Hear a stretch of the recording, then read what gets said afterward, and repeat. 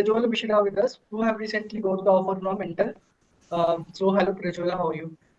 Yes, sir. I'm good. How are you, sir? Fine है fine है सो अपने education background से स्टार्ट करते हैं कि आपने बीटेक कहाँ से किया फिर एमटेक कहाँ से किया बीच में कहीं पे जॉब करी और अभी कहाँ से ऑफर मिला है और क्या प्रोसेस रहा था Sure, sir. Sir, I've done my BTech from JSS Academy of Technical Education, Bangalore, and recently I'm doing my masters from Vellore Institute of Technology in VLSI Design, and I had a 2 years of work experience in Wipro. Okay तो Wipro Yes. में किस चीज का experience था like VLSI का experience था non VLSI का sir basically मैं मेन फ्रेम डेवलपर था, तो VLSI का तो वहाँ पे कुछ ऐसा नहीं था। आईटी ओके फील्ड में ही था मैं। आईटी फील्ड में था तो विप्रो में जॉब कैसे लगा था लाइक कॉलेज प्लेसमेंट था या फिर ऑफ कैंपस था क्या क्या on campus. On on campus campus था था sir. Yes.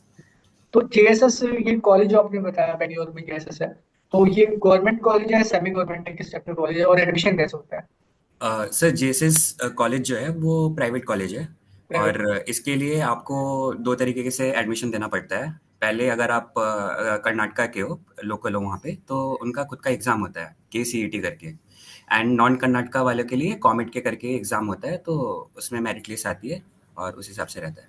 Okay fine fine fine so you were in EC right so you prepared for the IT field जैसे जब बच्चे करते हैं फिर you got the placement in Wipro right so yes sir, how the yes. Placement scenario at GSS if we talk about particularly placement अच्छा। Sir IT field के लिए तो अच्छा है, मतलब हम लोग के टाइम पे भी इंटेल आई थी वहाँ पे। ओके जैसे जब हम लोग बीटेक में थे तो इंटेल आई थी, लेकिन मतलब बहुत कम लोगों को लेकर गई थी, और उस टाइम पे उतना स्किल सेट्स भी नहीं था।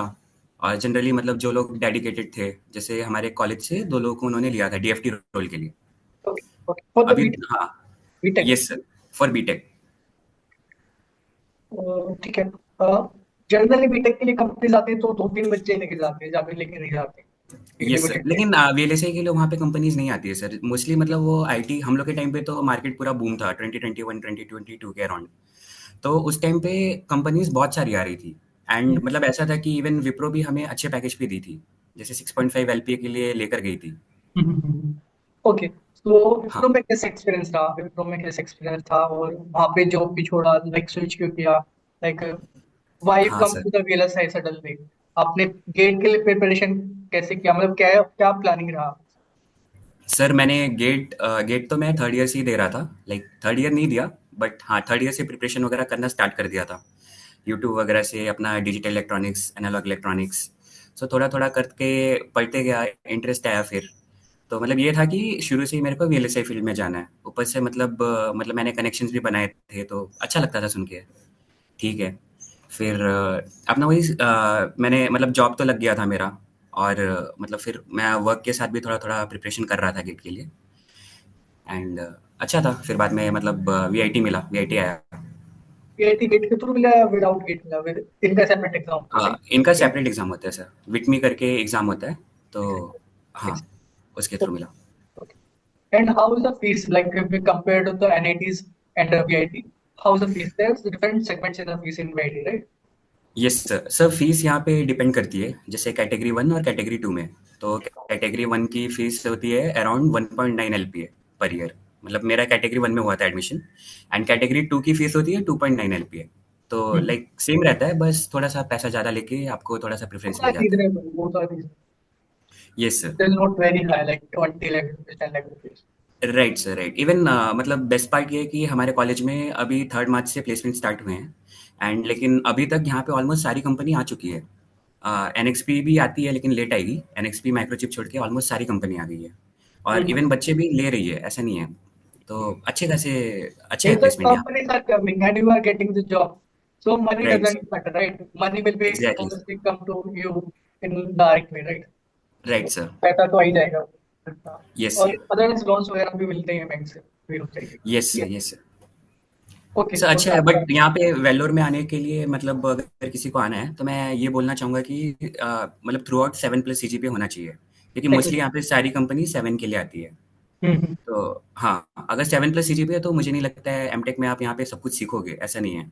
तो मतलब मुझे लगता है कि हो जाएगा, कोई इशू नहीं होगा आपको प्लेसमेंट्स में। सीजीपी का क्या इशू है अगर 10th में किसी की 9.6.9 है तो उसको इशू आएगा सर आएगा सर, मतलब क्योंकि जो भी कंपनी आती है वो थ्रू आउट देखती है। कोई कंपनी अलाउ एंड नहीं, एक भी कंपनी अलाउ नहीं करेगी, आप कुछ कर देंगे हाँ, रिक्वेस्ट करने पे?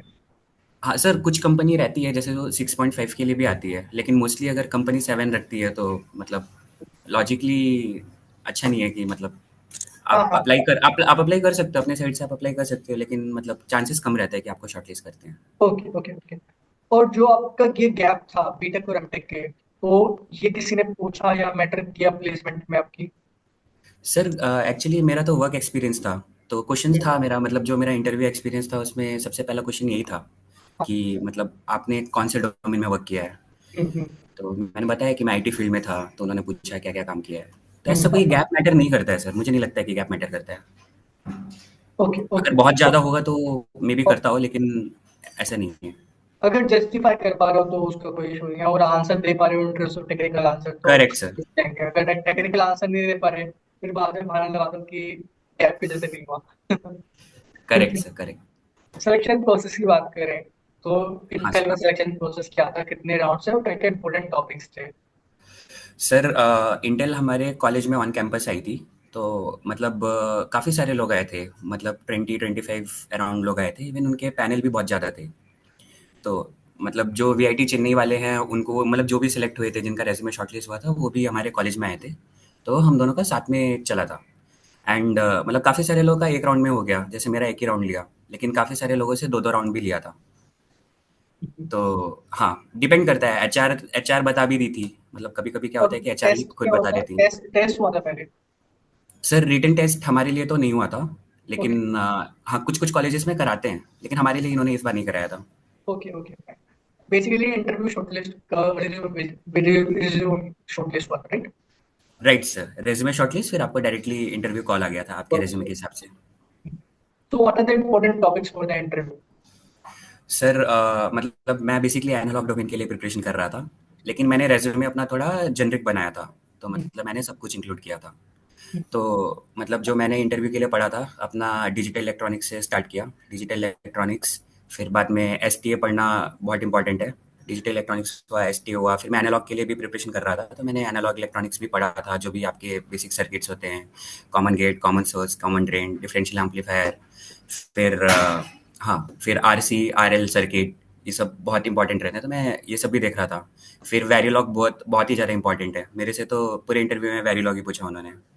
और सिस्टम वेरिलॉग वगैरह भी मतलब मैंने देखा था, सिस्टम वेरिलॉग पढ़ा था, सिस्टम वेरिलॉग पढ़ा था, ओके ऊप्स ओके। तक पढ़ा था, मतलब क्योंकि कोर्स में भी है हमारे, तो मैं यही पैरेलली पढ़ रहा था कि दोनों के लिए सही हो जाएगा। एसटीए फिर पढ़ा होगा? एसटीए। राइट सर, एसटीए पढ़ा था। एसटीए का मतलब मैं उतने अच्छे से पढ़ नहीं पाया था, लेकिन वगैरह देख लिया था कि क्या होता है, ऐसा करके। और फिर ये सर, बस मतलब सी इतना ही। प्रोग्रामिंग पूछा नहीं पूछा? सी प्रोग्रामिंग? सर मेरे से जावा पूछा था। जावा मैंने पूछा? अपने मैंने अपने रेज्यूमे में सी और जावा दोनों डाला था। Okay okay. उन्होंने पूछा कि तुम अभी किस लैंग्वेज में कंफर्टेबल हो। तो हम्म। पहले तो सर ने मेरे को फिबोनाची सीरीज का वेरिलॉग कोड लिखवाया। फिर सिंपल बोला सिंपल। Yes sir, simple. फिर बोला कि सेम कोड को तुम जावा में लिखो, तो मैंने लिख दिया था, ऐसा कुछ नहीं था, लॉजिक तो सेम ही रहता था। ओके। कंप्यूटर आर्किटेक्चर से कोई क्वेश्चन पूछा क्या? कंप्यूटर आर्किटेक्चर माइक्रो प्रोसेसर से? सर कंप्यूटर आर्किटेक्चर से हमें तो नहीं पूछा, लेकिन हाँ पूछ सकते हैं, चांसेस रहता है। उनके माइंड पे है इवन, मतलब वो पूछना चाहते हैं तो पूछ सकते हैं। हम्म। और अभी कौन सी प्रोफाइल अलॉट की है? कोई ऑफर लेटर में मेंशन है कि ये प्रोफाइल अलॉट है आपको? सर एक्चुअली मेरा जीपीयू टीम में हुआ है, जीपीयू वैलिडेशन टीम में हुआ है, और मेरा मतलब अकॉर्डिंग टू दैट जो मैंने पूछा था, तो उन्होंने फ्रंट एंड कैड इंजीनियर बोला। Currently. Okay, या okay. So, other than Intel, you have given some other interviews also, right? और टेस्ट दिया होगा किसी कंपनी का, तो सर उसका क्या? ये मेरा पहले ही इंटरव्यू था, तो I am okay lucky enough to get the offer. Okay मेरे ओके। फ्रेंड्स हैं अभी दे रहे हैं, काफ़ी सारे दे रहे हैं, होपफुली उनका भी हो जाएगा अच्छा। ओके, आपने एनालॉग में भी तैयारी करी है, तो एनालॉग में कौन कौन से इंपॉर्टेंट टॉपिक्स होते हैं? और सर यस, एनालॉग के लिए आपको मतलब वही बेसिक्स आपका, पहले तो नेटवर्क आपका स्ट्रांग होना चाहिए, क्योंकि हम्म, नेटवर्क के बिना तो बेकार है फिर पूरा सब्जेक्ट। फिर हाँ आपको हाँ कंट्रोल सिस्टम का कंट्रोलर वाला पार्ट थोड़ा बहुत पता होना चाहिए कि क्या है, बॉडी प्लॉट क्या होता है, कि आप उसको कैसे ड्रॉ करते हो, क्योंकि मतलब ये सब पूरा यूज़ होता है हमारे एनालॉग, क्योंकि analogue IC design, analogue electronics दोनों में बहुत डिफरेंस है सर। हाँ हाँ हाँ। हाँ, तो मतलब यही था। फिर बाद में आपको मॉसफेट तो आनी चाहिए। फिर मतलब सीमॉस भी बहुत इंपॉर्टेंट है। मेरे से इंटरव्यू में पूछा नहीं, लेकिन हाँ सीमॉस आपसे पूछते हैं। तो और टूल की बात टेक्निकल करें के लिए तो प्रैक्टिस किया होगा आपने थोड़ा बहुत हाँ सर, एनालॉग टूल के लिए आपका वही कैडेंस वर्चुसो आपको। हाँ, यस सर, कैडेंस वर्चुसो ही डिजाइन है। वाला पार्ट में डिजाइन वाला पार्ट भी है ना एनालॉग डिजाइन का। हाँ, एनालॉग डिजाइनिंग के लिए आप बेसिकली आपको कस्टमाइज सेल बनाने आना चाहिए। कोई भी सर्किट हो तो आपको उसका सेल बनाने आना चाहिए। एंड फिर बाद में आपको उसको actually circuit banana is not an issue. Sizing वगैरह भी बहुत मैटर करती है चीज़ों पे। तो अभी जो हमारा फाइनल ईयर का प्रोजेक्ट है, तो उसमें भी मतलब हम लोग बना रहे हैं, थोड़ा सा इशू हो रहा है। पीएलएल के ही ऊपर है। तो ओके ओके ओके। इस लाइक करंट मिरर वगैरह भी पूछते हैं राइट काफी जनरली। हाँ, यस सर, अगर आप एनालॉग डोमेन के लिए देख रहे हो तो पूछेंगे। जैसे मेरे इंटरव्यू में जो 2 पर्सन थे, वो दोनों थे, मतलब एनालॉग के लिए भी थे और डिजिटल के लिए भी थे। तो एनालॉग के लिए उन्होंने पूरा प्रोजेक्ट पूछा था। तो उन्होंने बोला मेरे को, बाकी मैंने 3 प्रोजेक्ट डाले थे अपने रिज्यूमे में। उन्होंने ओके बोला मेरे को बाकी दोनों प्रोजेक्ट में कोई इंटरेस्ट नहीं है। मुझे ओके बस इस प्रोजेक्ट के बारे में जानना है, ये तुमने कैसे किया? क्योंकि वो उनका फाइनल ईयर का प्रोजेक्ट था, जो पीएलएल वाला था। Okay okay okay. तो मैंने भी बोला कि sir from past 6 month I am doing this same project and अभी भी हो नहीं रहा है, बट ट्राई कर रहे हैं इसको इम्प्लीमेंट करने का। लेकिन मैंने उनको बता दिया था चीज़ें जो भी था। लेकिन फिर आरटीएल का इंटरव्यू जो दूसरे वाले थे, वो आरटीएल से रिलेटेड पूछ रहे थे। तो ओके उन्होंने मेरे को अपनी टीम में ले लिया, ओके। क्योंकि उन्होंने बेसिक्स बेसिक्स क्वेश्चन ही पूछे थे, तो हो गया मेरा। बेसिकली आरटीएल में जॉब्स भी ज्यादा होते हैं रिलेटिवली राइट। एनालॉग में यस थोड़ी सर, कम जॉब्स होती हैं। Correct sir, okay. Correct, that is also true. So you were the part of VLSI for the community also, right? So how was yes it sir. is useful for you, like communicating, like you was going through the free courses also, so on the YouTube app. So sir how was yes sir, sir मैंने आपका app explore किया था। तो उसमें यूवीएम से related चीज़ें थी, मैंने देखा था आपका। आप नोटिफिकेशंस वगैरह भी बहुत डालते थे। तो हाँ, अच्छा था, काफ़ी यूज़फुल था। so okay.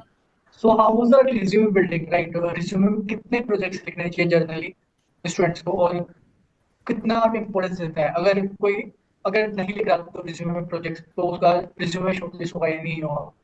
Correct sir, that is important sir. Sir actually क्या हुआ कि अभी जैसे एएमडी ने भी डायरेक्टली रेज्यूमे शॉर्टलिस्ट किया, और उन्होंने 8.5 प्लस वालों को ही कॉल किया। जैसे जब आई थी तो 7 सीजीपीए क्राइटेरिया पे ही आई, 7.5 रखी थी।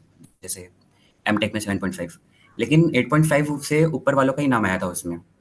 और इवन रेज्यूमे शॉर्टलिस्ट होने के लिए आपका मतलब जो रेज्यूमे है बहुत स्ट्रक्चर वे में होना चाहिए। मतलब उसमें मुझे ऐसे लगता है कि मतलब जो प्रोजेक्ट आपने किए हैं, पहली बात है कि आप फेक नहीं डालो। जो आपने किया आप वही डालो, नहीं तो फिर बाद में आपको इंटरव्यू देने में दिक्कत होगा। और थोड़ा सा जेनरिक रेज्यूमे रहने से एडवांटेज रहता है, ऐसा मुझे लगता है। कि आप कैंपस थोड़ा analogue digital. Yes sir. Campus में भी जर्नल प्रोफाइल के लिए कंपनी आती है ऑफ कैंपस में लिखा रहता है हाँ, कि इस प्रोफाइल के आप दे रहे हो राइट। करेक्ट तो सर। या अच्छा ओके। तो बात करें वीआईटी की तो एडमिशन लेना पड़ते थे या नहीं अगर लेट्स से किसी को लोअर एनआईटी मिल रहा है या हाँ फिर सर। एनआईटी नहीं मिल रहा या फिर काफी सालों से गेट दे रहा है नहीं हो पा रहा तो उस केस में वर्थ इट है या नहीं है या फिर उसको क्या करना चाहिए। और जो बाकी कैंपस है वीआईटी चेन्नई है वीआईटी भोपाल है और आई गेस एक और Amravati right I guess. Right तो सर, वो अमरावती। उनका क्या व्यूज है आपके बारे में लाइक आप स्टूडेंट से जैसे सुनते ही होंगे राइट तो क्या है उसका। सर बात करें अगर एनआईटी की, मुझे ऐसा लगता है कि ब्रांच के साथ कॉम्प्रोमाइज़ नहीं करना चाहिए। ये मेरा पर्सनल एग्जैक्टली। ओपिनियन है। जैसे मुझे भी बिट्स पिलानी में मिला था, बिट्स पिलानी में मेरे को एम्बेडेड मिला था। तो मतलब मेरे को ऐसा ये था कि मतलब बीटेक में क्या हुआ था ना, कि सारी कंपनी अच्छी-अच्छी आई थी, लेकिन वो सीएस के लिए एलिजिबल कर रही थी। तो मुझे बड़ा खराब लगता था कि यार काश मेरा भी ब्रांच होता तो मैं भी बैठ सकता था उनके ड्राइव पे। तो मतलब मेरे को ऐसा लगता है कि अगर आपको एनआईटीज़ में एम्बेडेड कम्युनिकेशन मिल रहा है, तो आपको थोड़ा-सा एक्स्ट्रा मेहनत करना पड़ेगा। मतलब वीएलएसआई वालों का, क्योंकि आपको फ्लो ही नहीं पता चलेगा कि डिफरेंट। क्या है। यस, इवन मतलब मेरे भी फ्रेंड्स हैं अभी एनआईटी कुरुक्षेत्र में हैं, और एनआईटी इलाहाबाद में भी काफ़ी सारे मेरे फ्रेंड्स हैं। तो उन्होंने उनसे मेरी बातें होती है, तो वो भी यही बोलते हैं कि अभी उनका भी प्लेसमेंट्स चल रहा है, वहाँ पे भी सेम इंटर्नशिप बेस्ड ही कंपनी आ रही है जो हमारे कॉलेज में आ रही है। तो मुझे ऐसा लगता है कि अगर आपको अगर ब्रांच के साथ लग रहा है, अगर आपका just get cut off clear है, तो आप यहाँ पे आ सकते हो। और आपका अगर सीजीपीए वाला इशू नहीं है तो आप आ सकते हो, आपका इजीली प्लेसमेंट हो जाएगा। तो वीआईटी अच्छा है सर। मतलब इवन आप यहाँ पे टूल्स वगैरह भी बहुत सीखोगे, क्योंकि मतलब जैसे हम लोगों ने सिनॉप्सिस का सारा टूल सीखा है। सारा नहीं, मतलब हाँ, जो यूज़फुल है, जैसे कि वाले प्राइम काफी टाइम फोकस करते डिसीजन। हैं राइट सर, ICC2 वगैरह वो हमने कॉलेज में सीखा है। इवन मैं मतलब उन लोगों से बात करता हूँ अपने NIT वाले फ्रेंड्स से, तो उन्होंने अभी तक तो नहीं सीखा है 2 सेमेस्टर में, लेकिन हमने 2 सेमेस्टर में काफ़ी सीख लिया है। तो मुझे ऐसा लगता है कि थोड़ा एज ऑन रहता है। कैसे करते हैं आईटी में, लाइक लास्ट ईयर ही कोई इवेंट हुआ था राइट, इवेंट्स हाँ, वगैरह करते रहते हैं। ये सर वीडेट इवेंट हुआ था तो मतलब अच्छा रहता है सर। लाइक हमने इवन वाली मतलब अगर मेरे को ऐसा लगता है। हाँ हमने भी सर, एक हाँ। इवेंट कराया आप था। भी आते हो? हाँ, हाँ, ओके। हाँ, राइट, राइट, राइट सर। हुँ, ओके। सो ये बात है कि अगर आपको लेट्स से मार्केट बूम पे रहा है, नॉन वीएलएसए ब्रांच, ठीक है, मतलब नॉन वीएलएसए ब्रांच में ये डिसएडवांटेज है सबसे बड़ा कि पहली बात तो आपको सिलेबस डिफरेंट है कि आपको ट्रेनिंग लेनी पड़ेगी या सेपरेट कोर्सेज करने पड़ेंगे सब्जेक्ट्स। दूसरी बात ये है, करेक्ट सर, आपको। रिसेशन हाँ, चल रहा है तो हुँ, कंपनी 50% चांसेस है कि आपको नहीं अलाउ करेंगे, है ना। कंपनी हुँ। ब्रांच के बेसिस पे बैरियर लगा सकती है अगर उसके पास वैकेंसीज कम है तो, राइट। ये सर भी आप बैरियर है। एलिजिबल रहोगे, आप एलिजिबल रहोगे क्योंकि आपके बीटेक में ईसी रहेगा या डबल ई रहेगा, आप एलिजिबल रहोगे। लेकिन बेसिकली जो वो क्वेश्चंस पूछेंगे ना, तो उसके लिए आपको थोड़ा-सा एक्स्ट्रा एफर्ट करना एग्जैक्टली। पड़ेगा। तो हम्म। ऐसा मुझे लगता है। Okay then, so at the time of recession, like what are the tips you want to give to the student who are struggling right now? Sir मैं तो ये बोलूँगा कि पहले तो पता करें कि पढ़ना क्या-क्या है। हम्म। मतलब एक एक्चुअली एक अपना नोटपैड में नोट करें पूरा अच्छे से कि आपको पहले तो डोमेन डिसाइड करें कि आपको किस दो डोमेन मिनट में जाना डिसाइड। है। आपने भी मेरे को यही बोला था, बहुत पहले मैंने आपसे पूछा था तो। ओके। तो मैं भी यही बोलूँगा उनको कि डोमेन डिसाइड करें कि आपको कहाँ पे आपका इंटरेस्ट कहाँ पे है? आपको एनालॉग में इंटरेस्ट है, डिजिटल में इंटरेस्ट है या आपको टेस्टिंग साइड में जाना है या कहाँ जाना है आपको?